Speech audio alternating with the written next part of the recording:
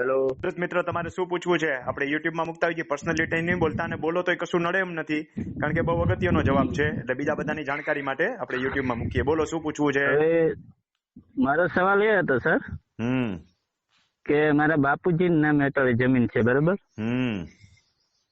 હવે હું વેચાણ દસ્તાવેજ તરીકે લઈ શકું કે ન લઈ શકું? મેં તમને વોટ્સએપમાં જવાબ લખ્યો, એ વાંચો કે નથી વાંચો? ઈ તો લખ્યો છે. એમાં એવું છે, શું કીધું અમે મેં? 2 ભાઈઓ હતા, બરાબર? મેં શું કીધો જવાબ? એ તો હું સમજી ગયો સાહેબ તમારો જવાબ. તો હવે અમે 2 ભાઈઓ હતા, એમાં મારો મોટો ભાઈ છે ને, એને એના ભાગની જમીન દીધી, એટલે એને વેચી નાખી, બરાબર?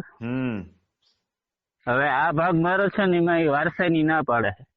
હું તમને શું કઉ છું, મેં તમને ઈ કીધું કે તમે બિન ખેડૂત ગણાઈ જશો દસ્તાવેજથી લેશો તો. તમારું નામ ક્યાંક 7 નંબરમાં હોવું જોઈએ. એક વસ્તુ સમજો કે ગુજરાતમાં ખેતીની જમીન એટલે ખેડૂત ખાતેદાર વારસાઈ સિવાય થઈ શકાતું નથી. ભેટથી કે દસ્તાવેજથી બાપ દીકરાને આપે તો પણ બિન ખેડૂત ગણાય. વારસાઈથી તમારું નામ 7 નંબરમાં હોવું જોઈએ. ક્યાંય છે? 7 નંબરમાં નથી સાહેબ. એમાં વારસાઈની મોટા ભાઈ ના પડે છે, તો મારે શું કરવાનું? સાંભળો, વારસાઈ વગર તમે ખેડૂત ન થઈ શકો. શું કરી શકો એ પ્રશ્નનો જવાબ જ નથી. કાયદાથી વિરુદ્ધ કશું થઈ શકે જ નહીં.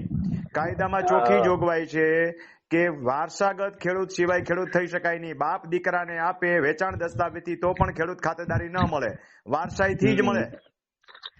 એવું બરોબર છે? નકામાં બિન ખેડૂત થઈ જશો કે જમીન થશે શ્રી સરકાર. તમારો વિડીયો હું બહુ જોઉં હું. તમને બીજો રસ્તો બતાવું. સાંભળો, આપણા તુમિલમાં બધાય બાણ છે. આમે જેવો રાક્ષસ આવે એવું બાણ કાઢતા આપણને આવડે છે. બરાબર, સમજાણું? કોઈ અગ્નિ અસ્ત્ર વાપરે તો આપણે વાયુ અસ્ત્ર વાપરતા આવડે છે. વાયુ અસ્ત્ર વાપરીએ એટલે બીજો રસ્તો નિકાલ થઈ જાય. વરુણ અસ્ત્ર વાપરીએ તો અગ્નિ એવી ખાઈ જાય. તો તમારા ફાધર હયાત હોય કે મધર હયાત હોય છે કે નથી? ના, હયાત જ છે સાહેબ. હયાત છે તો ફાધર ને કયો ક્યાંક નાની એવી જમીન લઈ લે. ફાધર લઈ લે, તમે નહીં. મફતના ભાવની જમીન હોય લઈ લ્યો. ઘણી જગ્યાએ ખાતેદાર થવા માટે 2-5 લાખ રૂપિયામાં ખાતેદાર થઈ જાવ એવી જમીન હોય છે. ઈ જમીન તમારા પપ્પાના નામે લ્યો, પછી પપ્પા જે છે ઈ જમીનમાં વારસાઈ કરે બધાયની. એટલે મફતની જમીનમાં ભલે બધાના નામ ચડતા, પછી તમારું નામ 7 નંબરમાં ચડી ગયું. હવે તમારે જે જમીનમાં નામ ચડાવવું છે, ભાઈને નથી દેવાની થતી, ઈ જમીન પપ્પા તમને વેચાણથી આપી શકે. એટલે તમે બાકાયદા ખેડૂત થઈ ગયા. સમજાણું? ન સમજાય તો ઓડિયો 2 વાર સાંભળી લેજો. હજી એક વાર કહું કે હયાત મિલકતમાં ભાઈ એનો ભાગ લઈ ગયો છે, વારસાઈ થાય તો ફરીવાર એનો ભાગ મળે. એવું નથી કરવું તો તમને દસ્તાવેજથી પપ્પા સીધી ન આપી શકે, કારણ કે તમારું 7 નંબરમાં નામ નથી. એટલે ક્યાંક મફતના ભાવમાં જમીન મળતી હોય ત્યાં તમારા પપ્પા ખરીદે, તમે નહીં, કારણ કે પપ્પાનું નામ 7 નંબરમાં છે. એટલે ઈ જમીનમાં જ્યાં નવી ખરીદાલી ને ત્યાં આખો વારસાઈ આંબો ચડે હયાતીમાં હકનો. એટલે તમે ખેડૂત થઈ ગયા, તમારું વારસાઈથી નામ આવી ગયું. પછી મારી વાત આખી સાંભળો. તમે દસ્તાવેજથી ખરીદવા માંગો છો એનો જવાબ દઉં છું. દસ્તાવેજથી જે જમીન ખરીદવી છે, હવે તમારા પપ્પા તમને દસ્તાવેજથી વેચી શકે.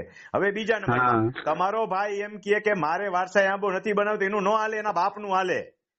એના પપ્પા એટલે તમારા પપ્પા હયાતીમાં હકનો આંબો દાખલ કરી શકે, એમાં ભાઈ ના ન પાડી શકે. થઈ ગયો રસ્તો? એમ કે છે કે હું સહી કરવા નહીં સમજાય. હવે તમને નહીં સમજાય. સહી કરવા ન આવે, તેલ લેવા ગયો, એની સહીની જરૂર જ નથી. મેં તમને આખું માર્ગદર્શન આપ્યું. હવે ન સમજાય તો તમારા મારા બેયના ભોગ. ઓકે સાહેબ, ભલે.